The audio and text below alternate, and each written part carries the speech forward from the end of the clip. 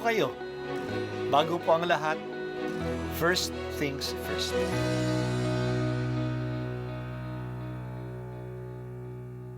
Good morning po. Sinisimulan po natin ngayon ang first things first. At dito po, tinatalakay natin sa unang bahagi ng umaga natin ay ang first readings na binabasa po sa banal na misa. Ito pong tinatalakay natin kasi madalas po kasi marami na tayong alam tungkol sa gospel readings. Pero konti po ang nagsasalita sa first readings. Pero ang first readings, bahagi din po yan ng Biblia, ng banal na kasulatan. Kaya susubaybayan po natin ang mga first readings, basahin po natin at kuminsan kailangan ng basahin ng 2 o 3 beses bago maintindihan kasi hindi po tayo familiar sa mga istorya at sa mga kaisipan na tinatalakay dito. Ang pagbasa mula sa aklat ni Propeta Daniel.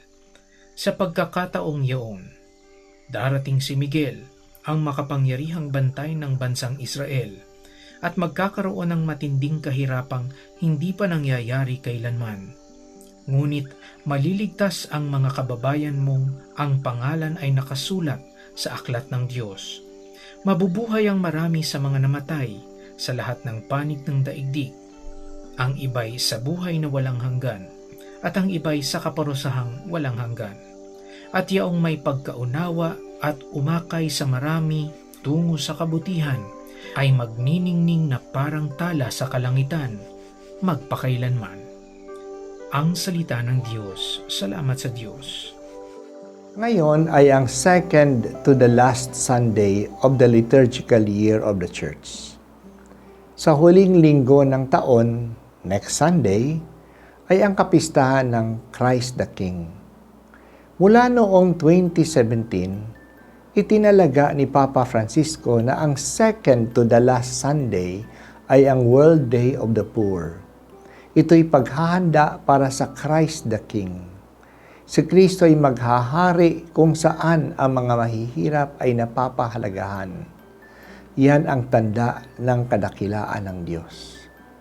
Ibang-iba ito sa mundo na ang dakilang leaders ay napapalibutan ng mayayamang mga tao, mga billionaires, mga presidente ng mga bansa, ng mga hari, ng mga kilalang tao.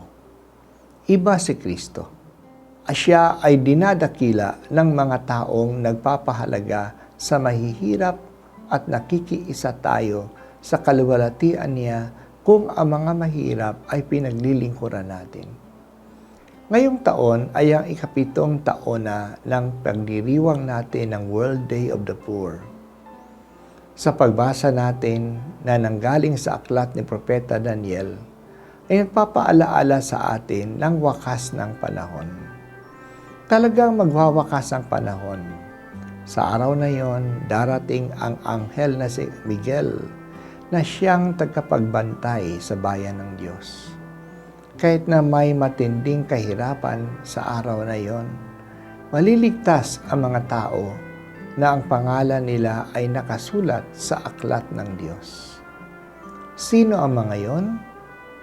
Iyon ay ang mga tao na sumusunod sa batas ng Diyos at naglilingkod sa mga nangangailangan. Bubuhayin ang lahat sa wakas ng panahon.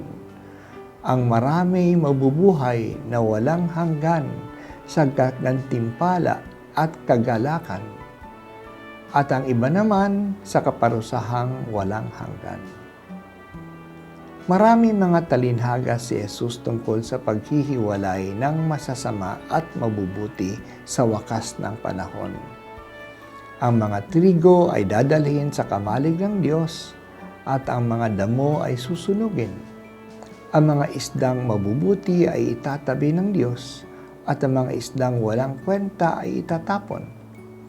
Ang mga tao na gumagawa ng kanilang tungkulin pagdating ng Panginoon ay makakakain sa hapag ng Diyos. At ang natagpo ang nagpapabaya ay itatapon sa kadiliman sa labas na mangangalit ang kanilang mga ngipin. Ang mga talidahagang ito'y nagpapaalaala sa atin ng wakas. walang makakatakas dito. Mahalaga na nakapagsimula tayo ng maayos. Pero mas mahalaga na nakapagtapos tayo ng maayos. Kaya maghanda tayo palagi. Manatili tayong mabuti kung nasa kabutihan tayo. Magsisi at magbago kung nasa kasamaan tayo. Hindi magsasawa ang Biblia na nagpapaalaala sa atin ng wakas ng panahon.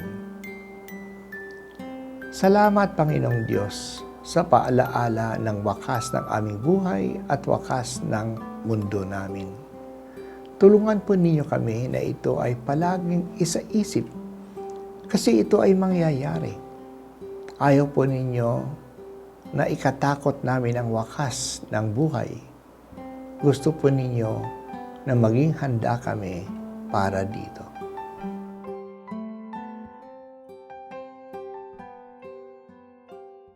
At ako po ay si Bishop Broderick Pabilio dito sa First Things First.